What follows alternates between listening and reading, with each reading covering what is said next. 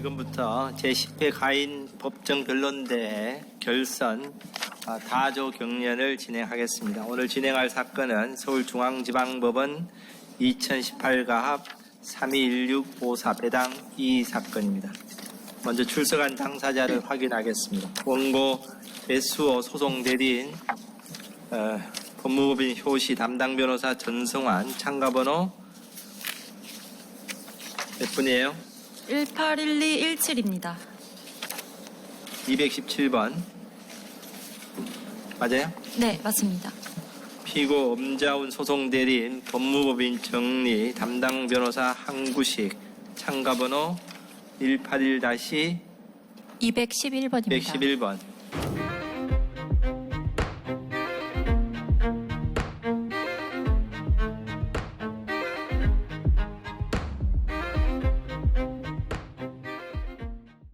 피고 엄자훈은 임야 30여만 평을 누나의 아들인 김생질에게 매수자금 9억 5천만 원을 줘서 김생질 명의로 매수했으나 김생질은 이 사건 임야가 자신의 명의인 것을 기화로 골프장 사업자인 전임자에게 8억 원에 매도했다.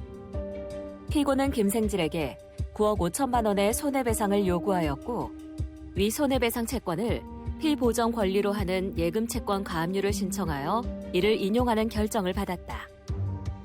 이어 피고가 김생질을 횡령 혐의로 형사 고소를 하자 피고의 노모는 피고에게 가족 간의 정을 내세워 합의를 종용했고 피고는 매형 김수영으로부터 김생질에 대한 이 사건 임야의 매수자금 반환 채권을 담보하는 저당권을 설정받기로 한 다음 위 고소를 취하하였다. 김수영은 위 합의에 따라 피고에게 본인이 살고 있는 강남 은하아파트에 관하여 채무자를 김생질로 피담보 채권을 반환 채권 9억 5천만 원으로 하는 제1순위 저당권을 설정해 주었고 이후 김생질이 반환 채권을 변제하지 못했으나 피고는 노모의 간청으로 위 저당권을 실행하지는 아니했다. 한편 김생질은 가압류된 예금 계좌에는 실제로 예금된 돈이 10여만 원에 불과했고 자신이 다른 은행과는 정상적으로 계속 거래하고 있어 이 사건 예금 채권 가압류의 취소 신청을 하지 않은 채 그대로 방치하여 왔다. 김수영은 이후 신한은행으로부터 이율을 연 12%로 이자의 지급을 2회 이상 지체하면 기한의 이익을 상실하는 것으로 정하여 5억 원을 대출받으면서 이 사건 아파트에 관하여 채권 최고액을 6억 5천만 원으로 하는 제2순위 근저당권을 설정하여 주었다. 김수영은 자신의 사업이 부진하여 채권자들로부터 이 사건 아파트의 강제 집행을 받을 것이 염려되자 평소 잘 알고 지내던 허정수에게 부탁하여 허위의 채권에 기하여 허정수 앞으로 이 사건 아파트에 관한 저당권을 설정해 놓기로 한다. 이에 김수영이 허정수로부터 4억 원을 반환기관의 정함 없이 무이자로 차용하였고 허정수의 반환 요구에도 불구하고 이를 반환하지 못하는 경우 즉시 강제 집행을 받더라도 이의가 없다라는 내용으로 된 허위의 금전 소비대차 공정증서를 작성한 다음 이 사건 아파트에 관하여 채무자를 김수영으로 피담보 채권을 차용금 채권 4억 원으로 하는 제3순위 저당권을 설정해 주었다. 원고 배수원은 허정수가 발주한 상가 건물 공사를 마치고도 그 공사 대금을 지급받지 못하여 허정수를 상대로 공사 대금의 지급을 구하는 소송을 제기하였고 이에 서울중앙지방법원은 허정수는 원고에게 10억 원을 지급하라는 판결을 선고하였으며 원고는 허정수의 김수영에 대한 위 공정증서에 기한 차용금 채권에 대한 채권 압류 및 전부 명령을 받아 제3순위 저당권에 관하여 저당권 이전에 부기 등기를 마쳤다. 한편 김수영이 위 신한은행 대출금의 이자를 2회 이상 지체하자 신한은행은 이 사건 아파트에 관한 부동산 임의 경매 신청을 하였고 이 사건 아파트가 매각되자 매각 대금 중 경매 비용을 공제한 나머지 16억 원 중 9억 5천만 원을 피고에게 6억 5천만 원을 신한은행에 배당하는 내용의 배당표가 작성되었다. 이에 따라 원고는 위 배당기일에 전혀 배당을 받지 못하게 되자 피고의 제1순위 저당권의 피담보 채권이 10년의 시효로 소멸하였다고 주장하면서 피고에게 배당된 9억 5천만 원 중 4억 원을 원고에게 배당할 것을 구하는 배당 이의의 소를 제기하였다. 이에 대해서 피고는 제1순위 저당권의 피담보 채권의 소멸 시효는 중단되어 시효가 완성되지 않았고 허위 채권에 대하여 무효의 전부 명령을 받은 원고는 배당받을 권리가 없다고 주장하였다. 자, 이 사건의 쟁점을 이렇게 크게 둘로 나누면은 피고에게 배당권이 존재하는지에 관한 다툼하고 또 결선에서 문제된 원고들에게 배당권이 존재하는지에 관한 다툼으로 나누어 볼 수가 있을 것 같습니다. 먼저 원고 대리인에게 질문을 하겠습니다. 이 사건 쟁점 중에서 이 쟁점을 물어보는 거니까 변론할 필요는 없어요.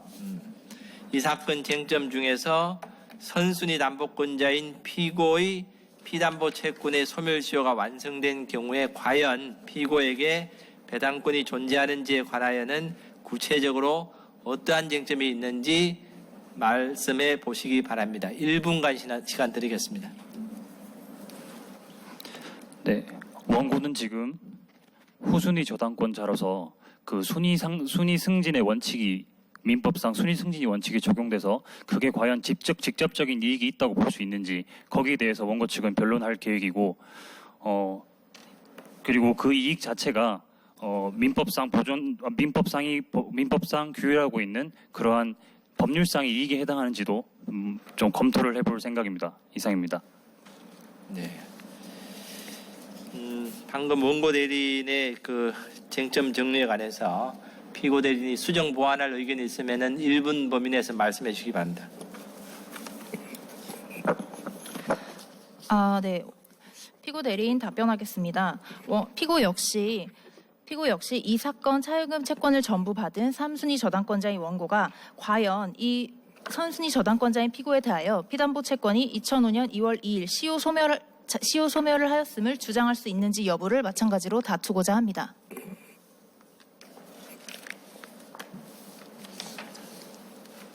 쟁점을 좀 구체적으로 말씀해 주셨으면 좋았을 텐데 조금 아쉽네요.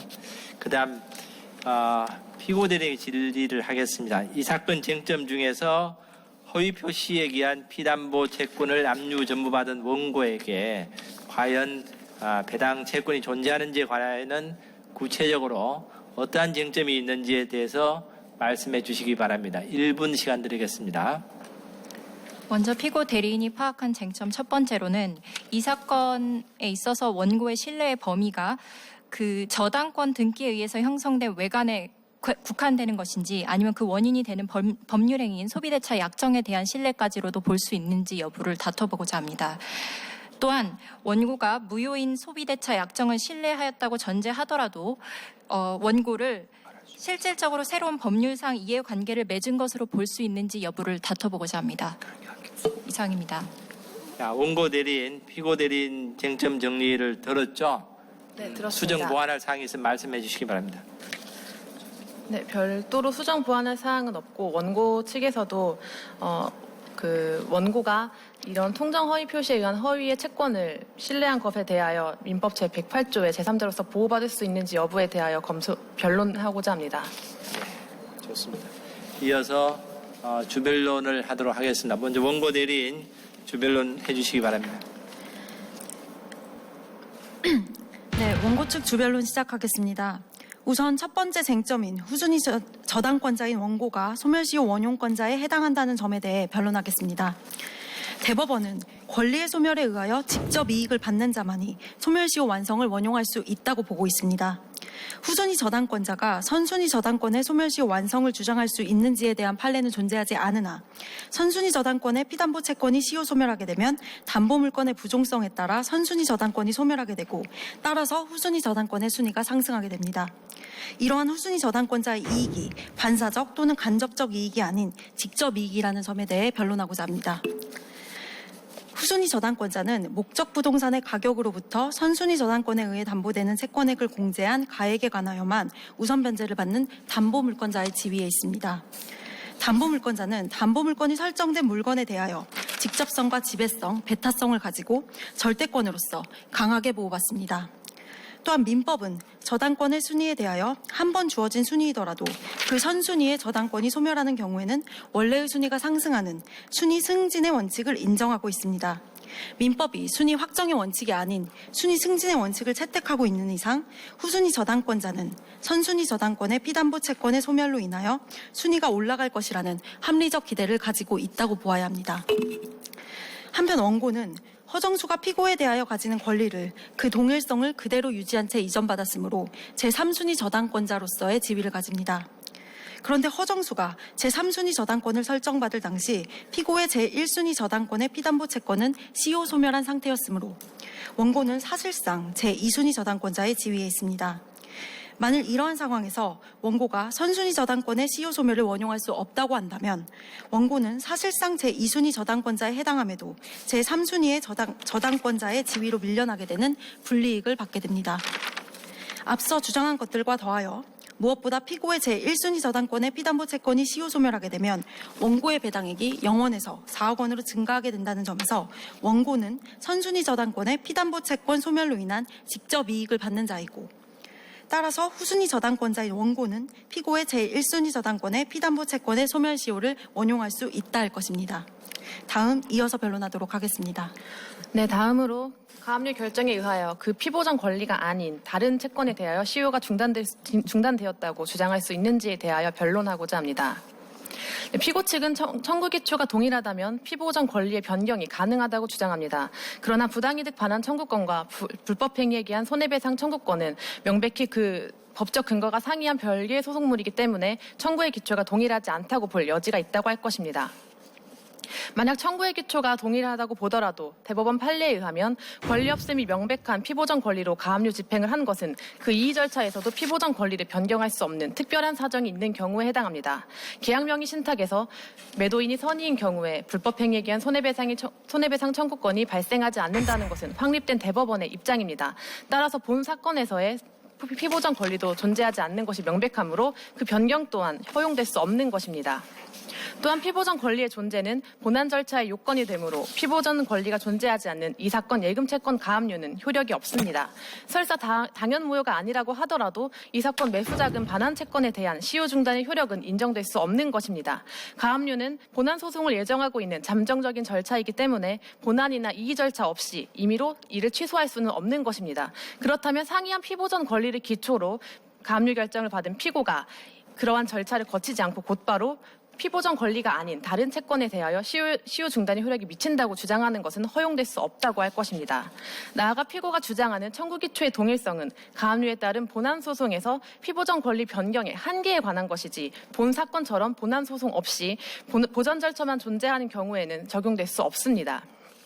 설령 시효 중단이 인정된다고 하더라도 그 주장은 실효의 원칙 또는 신의 성실의 원칙에 반하여 허용될 수 없는 것입니다. 특히 가압류의 경우 그 중단 효력의 범위를 제한하여야 할 필요성이 크다는 점을 먼저 말씀드리고 싶습니다. 재판상 청구가 권리 행사의 원칙적인 형태임을 고려한다면 잠정적인 절차에 불과한 가압류가 보다 큰 중단효를 가지게 되는 것은 소멸시효 제도 취지에 비추어 불합리한 면이 있다는 점을 먼저 말씀드리고자 합니다.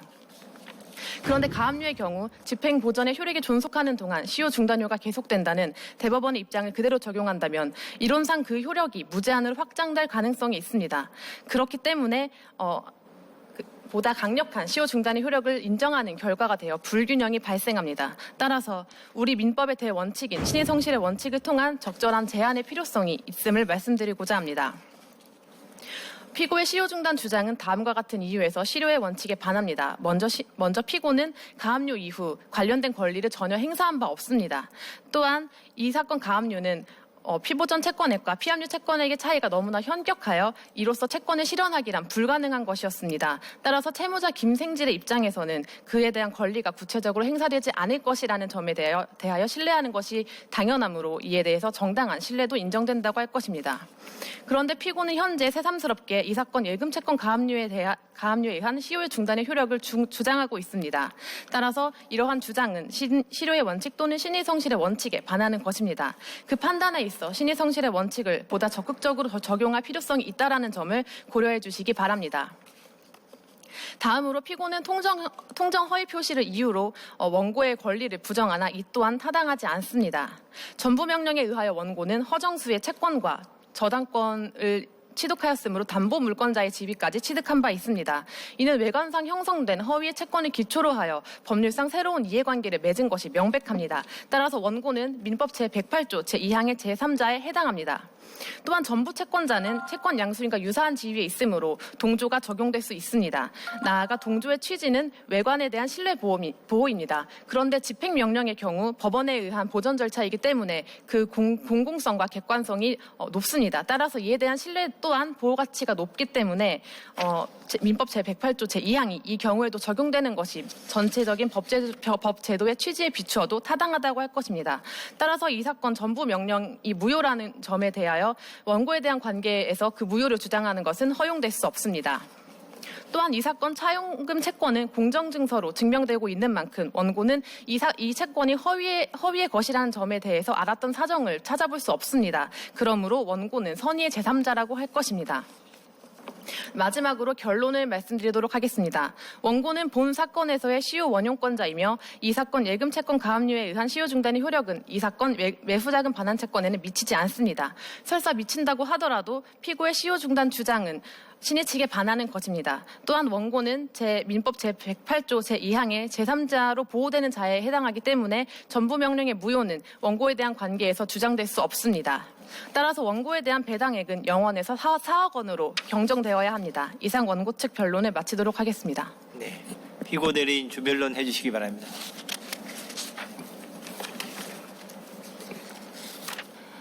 네, 피고 대리인 변론 시작하겠습니다. 첫째, 소멸시효 직접 원용 여부에 대하여 변론하겠습니다. 원고는 소멸시효 완성을 직접 원용할 수 없습니다. 왜냐하면 권리소멸 자체에서 바로 직접 이익을 받는 자가 아니기 때문입니다. 소멸시효가 완성되면 권리는 바로 소멸합니다. 하지만 권리소멸의 효과를 누가 누릴 것인가? 이는 별개의 문제입니다. 대법원은 소멸시효 완성으로 직접 이익을 받는 채무자나 제3자를 원용권자로 보고 있습니다. 자, 그런데 이 직접 이익은 명확한 개념화가 필요합니다. 또한 이때 한정적으로 해석할 필요가 존재합니다. 왜냐하면 권리자가 권리를 행사하지 않아서 지는 책임은 시효 완성이고 그로 인한 권리 소멸에서 바로 예측이 가능한 범위만으로 책임을 제한하는 것이 과실책임의 원칙과 사유재산권 존중의 원칙에 부합하기 때문입니다. 소멸시효 제도 역시 법적 안정성을 추구하긴 하지만 사법제도의 틀 안에서 해석이 되어야 합니다. 따라서 권리 소멸을 매개로 다른 원칙이 적용이 되어 간접적이나 반사적으로 이익을 받는 자는 분명히 배제되어야 합니다. 원고는 담보 물권성을 바탕으로 하여 이는 그 이익을 받는 자가 담보 물권자이므로 담보 물권의 배타성을 근거로 하여 직접 이익을 받는 자라고 주장을 하고 있지만 이는 담보 물권의 배타성과는 별개의 평면에 있는 문제이므로 마찬가지로 해석되어야 합니다. 대법원 역시 이러한 직접 이익과 간접 이익을 구분하는 차원에서 명백히 양자를 분리하고 있습니다. 예를 들어 담보 목적물의 제3취득자는 담보 목권이 소멸하면 소유권 상실을 면합니다. 원고는 이 역시 원고와 매우 유사하다고 주장을 하고 있습니다. 그러나 원고 같은 후순위 저당권자는 이에 해당하지 않습니다. 왜냐하면 아무리 담보물권자라고 하더라도 원고의 우선 변제권에 대한 물권적 기대, 즉 선순위 저당권이 소멸된 경우에 배당액이 증가하는 것 역시도 저당권의 순위 승진 원칙이라는 것이 개입되어 인정되는 간접이익에 불과하기 때문입니다. 그리고 원고가 얘기하는 사실상 2순위 저당권자의 지위 역시 저당권의 순위 승진 원칙이 민법상 인정되지 않으면 이 역시도 불가능한 것입니다. 또한 후순위 저당권자는 본래 선순위 저당권으로 인해 배당받지 못할 위험 자체를 감수하고 저당권을 설정한 자입니다. 따라서 우연한 사정인 선순위 저당권 피담보채권의 시효 완성에 대해서 원고에게 시효 원용권을 인정을 한다면 이는 원고에게 지나치게 유리합니다. 이를 종합하여 보면 원고는 피고 저당권의 피담보채권의 소멸시효 완성을 직접 원용할 수 없습니다. 이상 다음 변론 시작하겠습니다. 두 번째 쟁점과 관련하여 이 사건 가압류의 피보전 권리와 피고의 저당권의 피담보 채권이 청구의 기초가 동일하다는 점에 관하여 말씀드리겠습니다. 대법원은 가압류의 피보전 권리와 본안소송의 소송물인 권리 사이의 청구의 기초의 동일성이 인정되는 한 기존 가압류의 효력이 본안소송의 권리에도 미친다고 보고 있습니다. 그렇다면 배당 이의소인 본소송을 이 사건 가압류의 본안소송으로 볼 수 있는지 여부가 문제됩니다. 배당 이의소는 배당표에 대한 이의 자체를 목적으로 하지만 그 본안 판결은 실체적 권리의 존부나 순위 등을 판단하여 결론에 이르게 됩니다. 또한 배당 이의소를 통한 배당표 확정 시에 배당액에 대한 이의가 있었던 채권은 소멸합니다. 결국 피담보 채권의 존부가 결정된다는 점에서 배당 이의소는 실질적으로 본안 소송에 준하는 것으로 보아야 합니다. 한편 다음으로 피고의 손해배상 채권이 부존재하더라도 피보전 권리의 변경이 허용된다는 점에 관하여 변론하겠습니다. 원고가 주장하고 있는 권리 없음이 명백한 피보전 권리를 내세운 특별한 사정이란 보전 처분 제도의 악용으로 평가될 수 있는 예외적인 경우로 제한하여 해석해야 합니다. 예컨대 대법원은 부동산을 매도하여 소유권을 상실한 자가 소유권 이전 등기 말소 청구권을 피보전 권리로 삼은 경우를 권리 없음이 명백한 경우로 보았습니다. 피고가 9억 5천만 원의 매수자금 반환 채권을 가지고 있었던 것은 다툼 없는 사실이고 법률 전문가가 아닌 피고가 이를 손해배상 채권으로 구성하였다고 하여 그를 잊지도 않은 권리를 내세운 악의적인 채권자로 볼 수 없습니다. 구체적으로 청구 기초의 동일성 여부에 관하여 변론하겠습니다. 대법원은 동일한 생활 사실 또는 경제적 이익에 관한 분쟁에 있어 해결 방법을 달리한 것에 불과한 경우에는 청구의 기초가 동일하다고 하고 있습니다. 판례에 따르면 동일한 생활 사실은 공통된 사실관계 또는 법률관계를 의미하는 것이며 청구 원인이 엄격히 일치하는 것을 요구하는 것이 아닙니다. 피고의 손해배상 채권과 부당이득 반환 채권은 청구 원인을 달리할 뿐 피고가 이 사건 계약명의 신탁 약정에 기하여 소유권을 취득하리라 믿고 매수자금 9억 5천만 원을 제공한 동일한 생활 사실에 기초하고 있습니다. 또한 피고가 주장한 소액 김생질의 배임 행위로 인한 손해 9억 5천만 원은 이 사건 임야의 매수자금에 해당합니다. 즉 피고의 진정한 의사는 이 사건 가압류로서 이 매수자금의 반환 채권을 보전하려던 것입니다. 결국 손해배상 채권과 부당이득 반환 채권은 동일한 경제적 이익에 관하여 그 해결 방법을 달리한 것에 불과합니다. 따라서 두 권리는 청구의 기초가 동일하므로 이 사건 가압류에 의한 시효 중단의 효력은 피담보 채권에도 미친다고 할 것입니다. 세 번째 쟁점과 관련하여 피고의 시효 중단의 주장이 실효의 원칙에 반하지 않는다는 점에 관하여 말씀드리겠습니다. 2018년 3월 22일에야 이르러 저당권 이전의 부기 등기를 마친 원고로서는 피고가 권리를 행사하지 않을 것으로 믿을 만한 정당한 기대가 형성되기에는 상당히 짧은 기간이었습니다. 뿐만 아니라 원고는 이미 선순위 저당권의 존재와 피고에 대한 배당 가능성을 인식하고 피고의 시효 중단의 주장을 충분히 예상할 수 있는 지위에 있었습니다. 따라서 피고의 시효 중단의 주장이 실효의 원칙에 반한다는 원고의 주장은 타당하지 않습니다. 마지막으로 네 번째 쟁점과 관련하여 말씀드리겠습니다. 이 사건에서 강제집행 면탈을 목적으로 한 이 사건 소비대차 약정과 저당권 설정 합의는 민법 제108조 제1항의 통정 허위 표시로서 무효입니다. 이에 대해 원고는 민법 제108조 제2항의 선의의 제3자임을 주장하고 있습니다. 그러나 이 사건에서 원고가 신뢰한 것은 소외 허정수 앞으로 되어 있던 저당권 등기에 의해 형성된 외관입니다. 원고의 신뢰를 그 원인이 되는 법률행위인 소비대차 약정에 대한 것까지 확장하여 보호하는 것은 부동산 거래에 있어 공신의 원칙을 인정하지 않는 우리 법체계에 부합하지 않는 해석입니다. 따라서 소비대차 약정은 원고에 대해서도 무효이고 부존재하는 허정수의 피담보 채권을 대상으로 한 압류 전부 명령도 무효여서 저당권 이전 등기의 부기 등기도 무효입니다.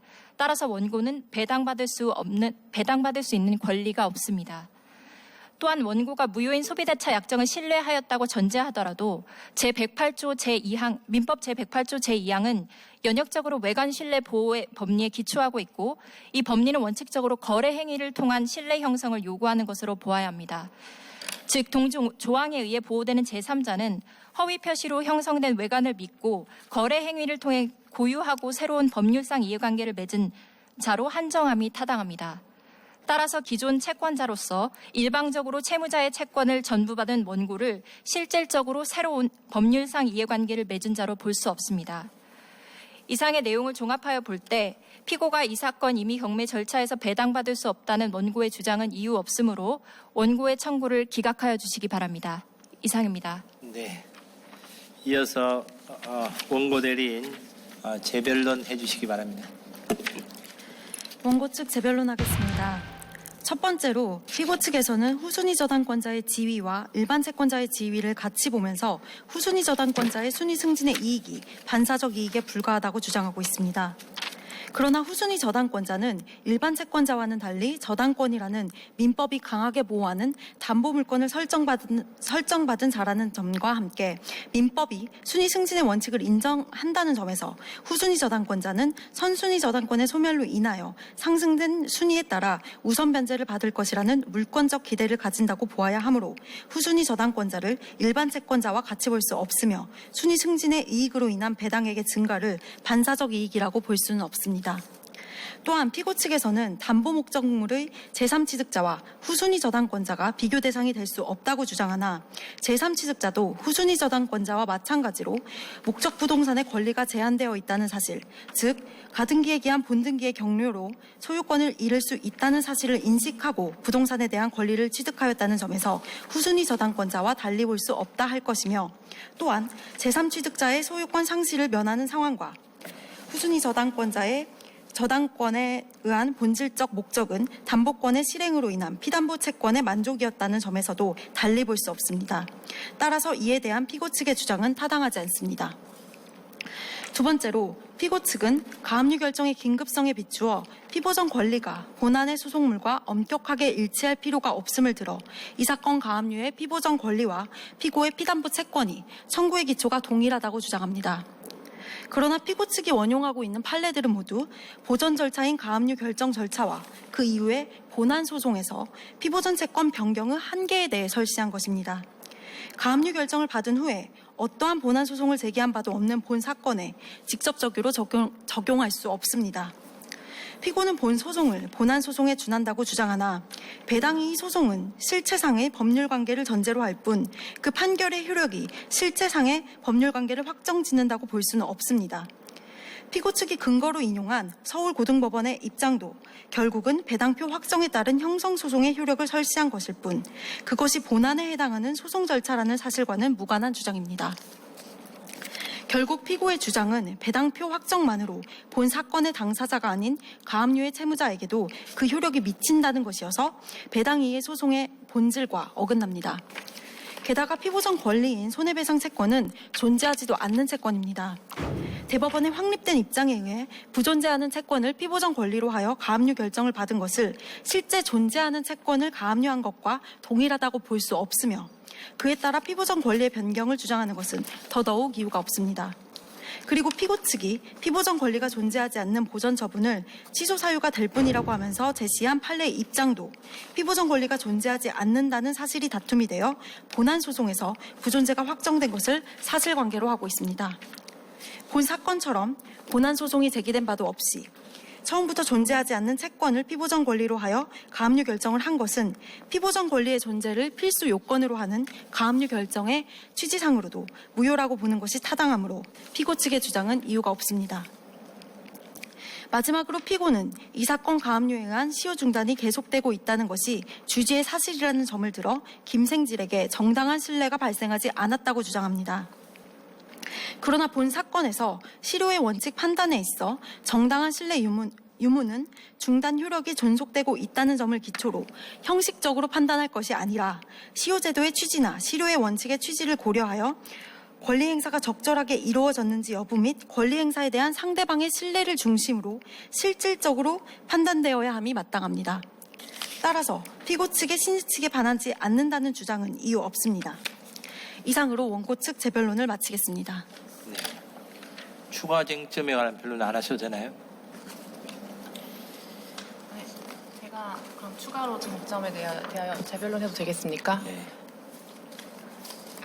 네, 피고는 제108조의 취지에 비추어 그 신뢰가 미치는 범위에 대하여 논하고 있는데 제108조가 규정하고 있는 취지에 비추어 이 사건과 같은 경우에 그 신뢰는 채권 존재 자체에 존재한다고 보는 것이 타당합니다. 따라서 그 채권이 존재한다라는 것을 전제로 형성된 모든 법률 관계에 바로 이 신뢰 보호의 필요성이 미치고 그렇기 때문에 이 법률 관계에 따른 이러한 법률 관계를 가진 제3자는 동조에 의하여 보호받는 것이 마땅합니다. 또한 피고는 이러한 제108조는 거래 행위로 인하여 형성된 신뢰에만 적용되어야 한다고 주장하나 전부 명령도 그 권리를 행사하는 것으로 보아야 하므로 그 신뢰는 보호받아야 마땅하다라는 점에서 동조가 적용되어야 한다고 생각합니다. 또한 거래 행위에 대한 신뢰 형성에만 적용되어야 한다고 주장하였는데 여기서의 민법이 보호하고자 하는 취지는 경제적 생활에 있어서의 신뢰이기 때문에 이 경제적 생활 전반에 미치는 부분에 대하여는 보호하는 것이 민법의 취지라고 보는 것이 타당합니다. 따라서 이 경우에도 제108조 제2항에 대한 신뢰는 보호가 이루어져야 한다고 생각합니다. 피고 대리인 재변론 하시기 바랍니다. 네, 피고 측 재변론 시작하겠습니다. 첫 번째 쟁점과 관련해서 원고는 후순위 저당권자로서 선순위 저당권자인 피고의 피담보 채권의 소멸시효를 원용할 수 있다고 주장하지만 이는 타당하지 않습니다. 원고는 지속적으로 피고가 후순위 저당권자와 일반 채권자를 동일시하고 있고 원고에게는 물권적 기대가 있기 때문에 이러한 기대를 보호해서 직접적 이익을 인정해야 된다고 주장하고 있습니다. 그러나 원고의 주장과 달리 물권적 기대인지 여부 그리고 직접 이익인지 여부는 분명하게 구별되어야 합니다. 물권적 기대일지라도 그것이 직접적인 이익일 수도 있고 간접적인 이익일 수도 있습니다. 후순위 저당권자가 배당액의 증가로 누리는 이익은 원고가 주장하는 바와 같은 강하게 보호받는 물권인 것은 확실하지만 여전히 반사적인 이익에 불과합니다. 원고와 같은 후순위 저당권자가 누리는 우선 변제권의 확장이라는 이익은 담보 물권자라는 지위에서 오는 필연적인 귀결이 아니고 저당권의 순위 승진 원칙이라는 제3의 요소가 개입되어 발생한 반사적인 이익에 불과합니다. 따라서 원고와 같은 후순위 저당권자가 선순위 저당권자의 피담보 채권의 소멸시효를 원용할 수 있는 직접적인 이익이 인정되지 않습니다. 두 번째로 청구기초의 동일성과 본안소송과 배당의의소의 실질적 유사성에 대해서 말씀드리겠습니다. 먼저 원고는 지속적으로 이 사건 배당의의소가 본안소송에 준하지 않는다고 얘기를 하고 있습니다. 물론 형식적인 요건만 따져본다면 배당의의소와 가압류의 본안소송은 구별이 될 수가 있습니다.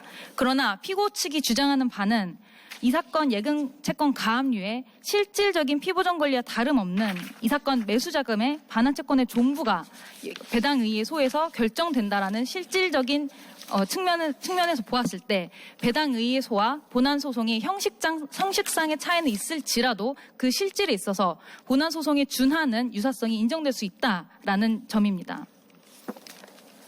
또한 원고 측 대리인은 청구기초의 동일성 여부를 실체법상 별개의 청구권인지 여부에 대해서 판단하는 것으로 국한하고 있습니다. 그러나 법률상 청구 취지는 별개일지라도 동일한 사실관계에 기초하는데 단지 분쟁 해결의 방법만을 달리하는 경우라면 여전히 동일한 생활사실 및 동일한 경제적 이익 및 목적을 추구하는 것임이 인정됩니다. 실제로도 대법원 판결을 살펴보면 권리승계 사유와 승계한 권리의 내용이 모두 다른 경우에도 청구의 변경이 동일한 생활사실 내지는 동일한 경제적 이익에 관한 분쟁이며 단지 권리 주장의 법적 구성만을 달리하고 있을 뿐이므로 청구의 변경이 인정된다라고 판시하고 있습니다. 이 사건 가압류의 피보전 권리 그리고 피고의 저당권의 피담보채권 이 두 권리는 모두 피고와 소의 김생질 간의 계약 명의 신탁 약정으로부터 비롯되었으며 부당이득임을 이유로 반환을 목적으로 하는 매수 자금을 목적으로 하고 있기 때문에 동일한 생활사실과 동일한 경제적 이익이 인정되어 청구기초의 동일성이 인정됩니다. 또한 시효 중단의 원고가 이 사건 가압류에 의한 저당권의 피담보 채권의 소멸시효 중단이 실효의 원칙에 반한다고 주장하지만 원고는 피고가 장기간 권리를 행사하지 않은 이유를 간과하고 있습니다. 피고는 가족 간의 인정과 도리를 고려했기 때문에 가압류에 기하여 장기간 권리를 행사하지 않은 것입니다. 이러한 경우까지도 장기간 불행사를 이유로 권리를 실효시키는 것은 피고에게 지나치게 가혹한 해석입니다. 따라서 피고와의 관계에서 원고는 피고의 가압류에 의한 소멸시효 중단을 주장할 수 있는 권리가 실효되었음을 주장할 수 없습니다.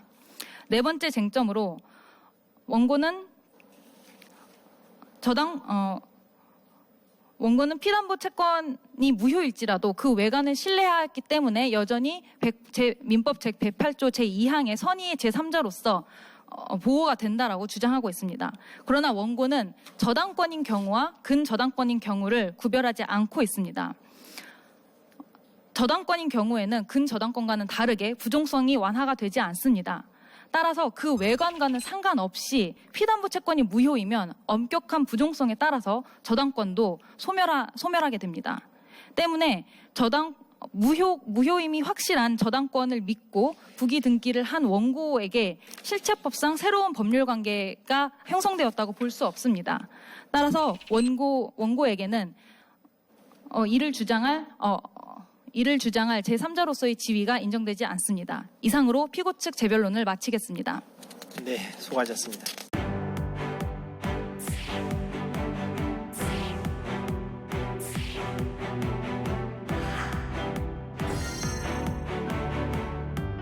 순서에 따라서 검찰의 기소유지 진술이 있겠습니다. 이는 신의성실의 원칙 위반 내지 권리남용에도 해당하는 것이라고 할 수 있습니다. 따라서 이를 사회상규상 정당행위로 볼 수도 없습니다. 이상의 변론을 모두 고려하여 원고의 청구를 모두 기각하여 주실 것을 요청합니다.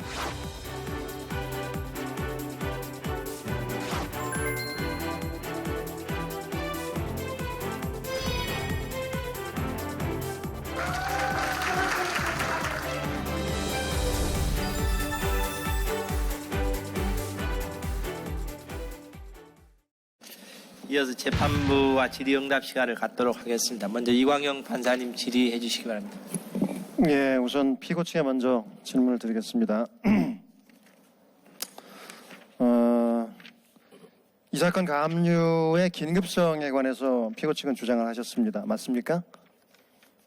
네, 맞습니다. 예. 그런데 이 사건 가압류가 있은 다음에 이 사건 가압류는 2005년 4월 23일 날 김생질이 임야를 매도하고 한 4개월 정도가 지나 신청이 되었죠. 그리고 나서 그 후 한 달 남짓 후에 저당권이 설정이 됐습니다. 그리고 이 사건 가압류에서는 피보전 권리가 불법행위에 의한 손해배상 채권이었는데 이 사건 저당권에서는 피담보 채무가 매수자금 반환 채권으로 되어 있죠. 이런 점들에 비추어서 과연 긴급성이 있었다고 할 수 있는지 한번 말씀해 주시겠습니까? 답변 드리겠습니다.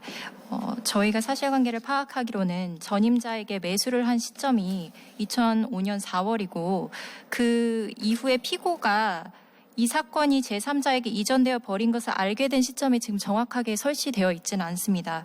그래서 만약에 피고가 그 사실을 나중에 알고 그 손해에 대해서 배상을 받고자 하여 가압류 신청을 했다면 그 사실을 알게 된 시점으로는 긴급성이 있었다고 볼 수도 있지 않을까 그렇게 생각을 했고 예금에 10만 원밖에 없는 것은 사실이지만 그 가압류로 인해서 그 예금 채권 자체에서 뭔가 채권의 만족을 얻으려고 했다기보다는 일단 지금 사실관계에서 드러나기로는 그 노모의 간청 등의 사실에 비추어 봤을 때는 피고로서는 사실상의 장애 사유가 있었던 것으로 보이기 때문에 그 자신의 권리를 행사하지 못하게 된 사정에 비추어서 그 시효의 중단의 효력을 발생시킬 만한 이유가 있었기 때문에 예금 채권이 10만 원이었다는 점은 크게 문제되지 않을 것으로 생각했습니다.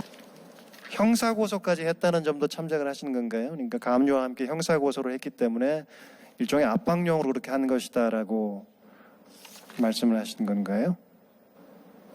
네, 그렇습니다. 피고로서는 그 지금 9억 5천만 원을 매수 자금으로 제공한 사실이 있는데 그 반환을 받기 위해서 다양한 수단을 동원하기 위해서 그 형사 고소까지도 하였던 것인데 어쨌든 지금 가족 관계로 인해서 그 부분은 합의가 되었습니다. 그렇게 압박을 해서 저당권을 설정받은 다음에 그다음에 취하를 해줬다. 네, 그렇습니다.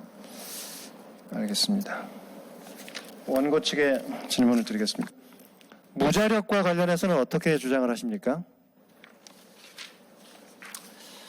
네, 무자력과 관련해서 준비 서면에서 피고 측 대리인이 주장하기로는 무자력 요건을 자체가 대위 행사를 할 때 그 무자력 요건이 필요하다고 주장을 하고 있습니다. 그렇지만 저희가 보기에는 판례 입장에 따라서 피대위 권리와 피보전 권리가 밀접하게 관련이 있고 그것이 피대위 권리를 행사하는데 유효적절한 그런 행사 방법이 된다고 생각을 했기 때문에 저희는 준비 서면에는 작성하지 않았지만 그런 부분의 피고 측의 주장에 대해서는 그 부분에 대해서는 밀접한 관계가 있기 때문에 대위 행사를 할 수 있을 것이라고 보고 무자력 행사도 무자력 요건 자체가 그런 밀접하게 행사가 할 수 있기 때문에 필요하지 않을 거라고. 사건에서는 피보전 권리도 금전 채권이죠. 네. 대위 채권도 금전 채권이죠. 네. 어떤 면에서 밀접성이 있다고 하는 겁니까? 일단은 지금 저희가 직접 원형권자 입장에서 직접 원형할 수 있다는 입장이었지만 직접 원형을 할 수 없어서 대위 행사로만 시효를 주장할 수 있다라고 주장을 하게 되는 경우에는 그 시효 소멸을 주장을 할 수 있는 수단 자체가 대위권 행사로만 주장을 할 수 있기 때문에 그렇기 때문에 저희는 밀접하게 유효적절하게 행사할 수 있는 수단이 대위권 행사라고 보았습니다. 그거는 요건을 밖에서 찾아오는 거 아닙니까? 채권자 대위권 요건 밖에서. 추가 답변해도 예. 되겠습니까? 그 선순위 저당권의 피담보 채권이 소멸하게 되면 후순위 저당권자인 원고로서는 그 배당을 전액 다 받을 수 있다는 사실관계가 있기 때문에 피보전 권리와 피대위 권리가 밀접하게 관련이 있다라고 보았습니다. 네, 알겠습니다. 이현상 판사님 질의해 주시기 바랍니다. 예, 결선 추가 쟁점에 관련돼서 원고 측과 피고 측에 몇 가지 묻겠습니다. 먼저 원고 측에 묻겠는데요. 지금 피고 쪽에서 주장하신 것 중에 아마 피고 3번 대리인 쪽에서 주장하신 것 같은데 그러니까 근저당 관계와 저당 관계는 구별이 되어야 되고 그 부종성 부분에 있어서 차이가 있기 때문에 그 108조 민법 108조에 따른 허위 표시에 의해서 보호될 선의 제3자 지위는 차이가 있어야 된다. 이런 주장을 하셨거든요. 그거에 대한 반박을 한번 해보시면 좋겠습니다. 네, 피고가 주장한 바는 제가 기억하는 바가 맞다면 저당권의 경우 부종성이 약화되기 때문에 부동산 부기 등기 공신력도 약화되고 거기에 대한 신뢰도 보호 가치가 좀 떨어진다지기 때문에 108조에 의한 보호가 불가능하다라는 주장으로 전 기억을 하고 있습니다. 그러나 저당권도 저는 이 108조 2항이 적용되는 부분에 대하여 왜 적용되어야 하는지에 대해서 아까도 말씀드렸지만 채권의 존재 그리고 그 존재 자체를 신뢰하였고 그렇기 때문에 그 존재 자체를 전제로 하여서 자신이 가지게 된 법률상 이해관계가 있다면 이는 모두 108조에 의하여 보호될 수 있어야 한다라는 취지에서 지금까지 말씀드려 왔습니다. 따라서 저당권 또한 그 채권을 존재로 하여 파생된 법률관계이기 때문에 이 또한 108조가 적용되는 것이 타당하다고 주장하겠습니다. 두 번째로는 지금 그 측면을 한번 볼 수 있을 것 같은데요. 결국은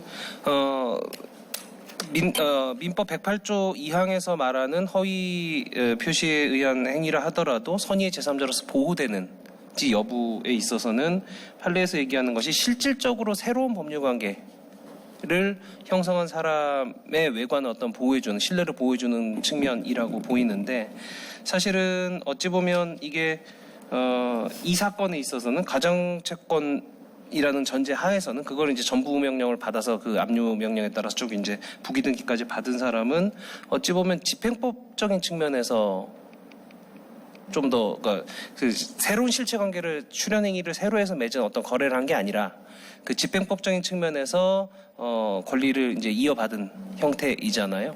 그렇다면은 새로운 실체 거래가 있는 것과는 조금 차이가 있어 보이고 그 부분을 피고 쪽은 주장할 수 있을 것 같은데요. 네. 그에 대해서 반박하는 답변을 해주실 수 있을까요?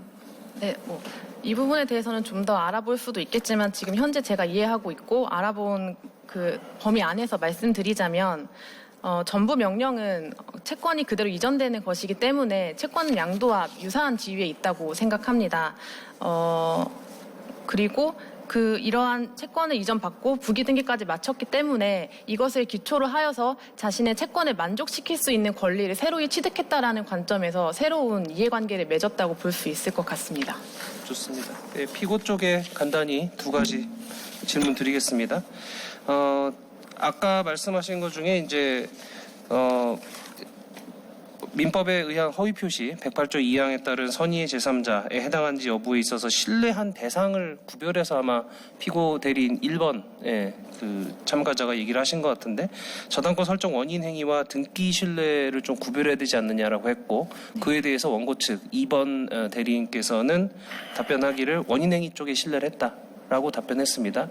이에 대해서 재반박을 한번 해보시면 어떨까 싶은데요. 어떤 관점이냐면 결국은 이 사건 사실관계를 보면 공증까지 돼 있는 원인행위를 포착을 했고 그에 따라서 권리 행사를 위해서 전부명령을 정상적으로 받고 전부명령에 따라서 이제 압류 효력이 생겨서 이제 쭉 권리를 부기등기까지 되어 있잖아요. 그렇게 보면 신뢰 대상이 원인행위라는 것에 초점이 맞춰지더라도 맞춰진다면 이게 뭐 특별히 신뢰가 문제가 있다고 볼 수는 없지 않냐라는 게 원고 주장 요지 같은데요. 그에 대해서 아마 논리적 전제는 주장하신 논리적 전제는 등기 쪽 신뢰한 거 아니냐라고 얘기하신 것 같고 그러한 전제 하에 등기 공신력이 우리나라는 없고 뭐 이런 얘기를 하신 것 같은데요. 그러면 이제 공격하고 방어하는 방법이 달라졌으니까 방향이 그에 대한 재답변을 하실 수 있을까요? 우선 저희는 이 사실관계를 파악했을 때 소비대차 공정증서로 작성된 부분을 물론 인지를 하고 있었지만 원고 입장에서는 등기를 통해서 이 소의 허정수가 저당권부 채권을 가지고 있었으리라는 것을 인지하였을 것이라고 생각했습니다. 그래서 그 부분 신뢰의 그 범위도 그 부분에 한정해야 해석해야 한다는 것이 타당하다고 생각을 했고 그 근거로서는 말씀해 주신 것처럼 지금 저희 공신의 원칙을 인정하고 있지 않은 현재 인정하지 않고 있다는 점에 착안해서 이 신뢰의 범위를 제한적으로 해석해야 한다고 본 것이고 만약에 이것을 원인 행위가 되는 법률 행위로까지 확장하게 되면 민법 제108조 제2항이 예외 사유로서 선의의 제3자를 보호하고자 하는 것인데 그 예외 사유로서의 범위가 너무 무한정으로 확대될 가능성이 있다고 보았습니다. 간략하게 하나만 더 질문을 드리고 마치겠습니다. 보면 이제 판례가 좀 상충돼 보이는 판례들이 있는 것으로 아마 알고 있는데요. 무슨 얘기냐면 지금 저당권 피담보 채권이 존재하지 않는다는 게 만약에 심리상 확정이 됐을 때 저당권의 피담보 채권이 존재하지 않는 게 확정이 됐다고 하면 그 피담보 채권 존재하지 않는 피담보 채권을 압류해서 뭐 저당권 부기등기까지 이전 받는다 하더라도 압류 효력은 무효가 된다. 그렇기 때문에 이제 뭐 배당에서 아예 허위 표시에 의한 선의 제3자 주장할 여지도 없다는 판례가 있는 반면에 이 사안 같은 경우는 반대로 어쨌든 간에 공정증서에 의해서 외관을 형성을 했기 때문에 적어도 아예 그냥 저당권의 피담보 채권이 존재하지 않는 사안하고는 조금 차이가 있지 않는가라는 생각이 반대로 또 들거든요. 그렇다면 결국 이 문제는 허위 표시에서의 제3자의 보호 범위 문제하고도 직결이 될 것 같은데 어떻게 보면 상충돼 보이는 이 법리에 대해서 정리해서 두 가지가 모순되지 않도록 이해한 피고 입장은 어떤지 좀 듣고 싶습니다. 저희 피고 입장에서는 분명히 피담보 채권이 존재하지 않는다고 주장을 할 필요가 있는데요. 그러한 입장에서 본다면 저는 허위 표시에 의한 그 행위이더라도 채권 행위 자체가 허위 표시에 의한 행위이더라도 저희는 조금 얘기하고 싶은 것은 채권 행위는 얼마든지 자유롭게 할 수 있지 않을까 하는 점에 착안해서 말씀을 드리고 싶습니다. 기본적으로 물권 행위는 기본적으로 채권행위는 좀 자유롭게 할 수 있기 때문에 자유롭게 할 수 있기 때문에 자유롭게 채권행위를 할 수 있는 것을 바탕으로 그 효력을 인정하는 여부와 그 부존재를 인정하는 여부는 조금 다르게 보아야 된다고 생각해서 그거에 대한 답변을 좀 드리고 싶습니다. 예, 이상입니다. 종합변론으로 넘어가도록 하겠습니다. 원고 대리인 종합변론 해주시기 바랍니다. 본 사건에서 문제되는 바는 후순위 저당권자가 선순위 저당권자의 시효 소멸을 원형할 수 있는지, 그리고 상이한 피보전 채권으로 가압류 결정을 받았을 때 그 시효 중단 효력이 미치는지, 그리고 피고가 신의칙상 그런 시효 중단의 주장을 할 수가 있는지, 그리고 허위 표시, 원고가 허위 표시에 대한 그런 선의의 제3자로 볼 수 있는지가 있습니다. 전체적으로 본 사안이 일반적인 소송과 다른 점은 바로 집행법상의 배당이의 소송이라는 점입니다. 배당이의 소송은 실체상의 권리를 전제로 하는 것이긴 하나 그 이에 따른 배당표의 작성을 목적으로 하는 소송법상의 형성소송인 것입니다. 따라서 앞서 말씀드린 바와 같이 배당위에 관한 어떠한 사실상 또는 법률상의 추정도 가능하여야 하며 그것이 곧 실체상의 법률 관계를 확정짓는 것이 아니라고 보아야 하는 만큼 폭넓은 주장을 그렇게 폭넓게 고려를 해야 될 것 같습니다. 첫 번째로 원고는 후순위 저당권자로서 분명히 소멸시효를 주장할 직접적인 이익이 있다고 생각합니다. 만약 그런 원용권자가 아니라고 해서 선순위 저당권자가 시효 소멸을 주장하지 못한 채 배당이의에서 불리함을 수용하라고 하는 것은 절대 배당이의 소송의 취지와 부합되지 않습니다. 그리고 가압류 결정이 비록 잠정적인 절차이기는 하나 당사자와 법원이 노력과 시간을 투자한 결과물이 바로 그 소송의 결정입니다. 따라서 중요한 점은 피고 측은 가압류 결정이 예정하고 있는 그런 본안이나 이의 절차 없이 그 피보전 권리를 변경할 수 있다. 그 청구의 기초가 동일하다는 점으로 변경할 수 있다고 주장한다는 것입니다. 이러한 주장은 시효 중단을 받게 되는 당사자들의 입장에서도 전혀 예측할 수 없는 문제이며 불축에 손해를 끼칠 수 있는 주장입니다. 그리고 피보전 권리에 대해서 오랜 기간 동안 시효 중단을 주장하지도 않은 채 이제서야 시효 중단을 주장하는 것은 정당한 신뢰를 구축한 원고에게도 신의칙상 허용될 수가 없으며 마지막으로 통정허위 표시를 기초로 하여 제3자인가를 판단할 때 있어서도 채권 양도에서 양수인과 그 전부 명령을 받은 본 사건의 원고에 있어서도 전혀 다른 점이 없다는 점을 고려해 주시기 바랍니다. 이상입니다. 피고 대리인 종합변론 하시기 바랍니다. 네, 피고 측 종합변론을 시작하겠습니다. 첫 번째로 권리 소멸 자체로부터 바로 직접 이익을 받는 자만 소멸시효를 원형할 수 있고 원고와 같은 후순위 저당권자가 저당권 순위 승진의 원칙으로 얻는 우선 변제권의 확장은 그 후순위 저당권자가 일반 채무자와 비슷한 지위에 있든 담보 물권자의 지위에 있든 상관없이 어쨌거나 간접적이고 반사적인 이익입니다. 따라서 원고는 직접 이익을 받는 자가 아니므로 피고의 저당권의 피담보 채권의 소멸시효를 원형을 할 수 없습니다. 또한 원고는 서면에서 직접적으로 언급하진 않았지만 채무자의 무자력 요건을 결여하고 있으므로 원고는 소멸시효 원형권을 대위 행사할 수도 없습니다. 두 번째로 역시 원고는 준비서면상으로 지적한 바는 없지만 이 사건 배당이의소는 그 실질에 있어서는 이 사건 가압류의 본안소송과 유사하다고 할 수 있습니다. 그리고 이 사건 가압류의 피보전 권리 그리고 피고의 저당권의 피담보 채권은 모두 피고와 소의 김생재 간의 계약 명의 신탁으로 약정으로부터 비롯되었고 모두 매수자금을 부당이득으로 반환받음을 목적으로 한다는 점에서 청구기초의 동일성이 인정됩니다.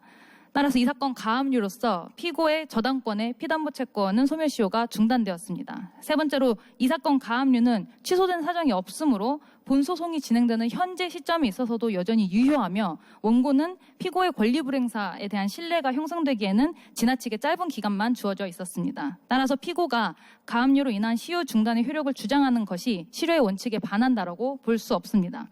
마지막으로 원고는 무효인 압류 전부 명령에 기하여 근저당권도 아니고 저당권 이전에 부기 등기를 한 자로서 배당받을 권리가 인정되지 않습니다. 또한 신뢰의 저당권 부기 등기만을 신뢰했다고 하더라도 그 신뢰의 외관을 신뢰한 자로서 제2항의 108조 제2항의 제3자에 해당한다고도 볼 수 없습니다. 정리하면 피고는 이 사건 임의경매 절차에서 배당받을 수 없다는 원고의 주장은 타당하지 않으며 더욱이 원고가 이 사건에서 배당받을 권리도 없음을 주장하는 바입니다. 감사합니다. 자, 이상으로 제10회 가인 법정 변론대 결선 다조 경련을 마치겠습니다. 모두 수고하셨습니다. 감사합니다. 감사합니다.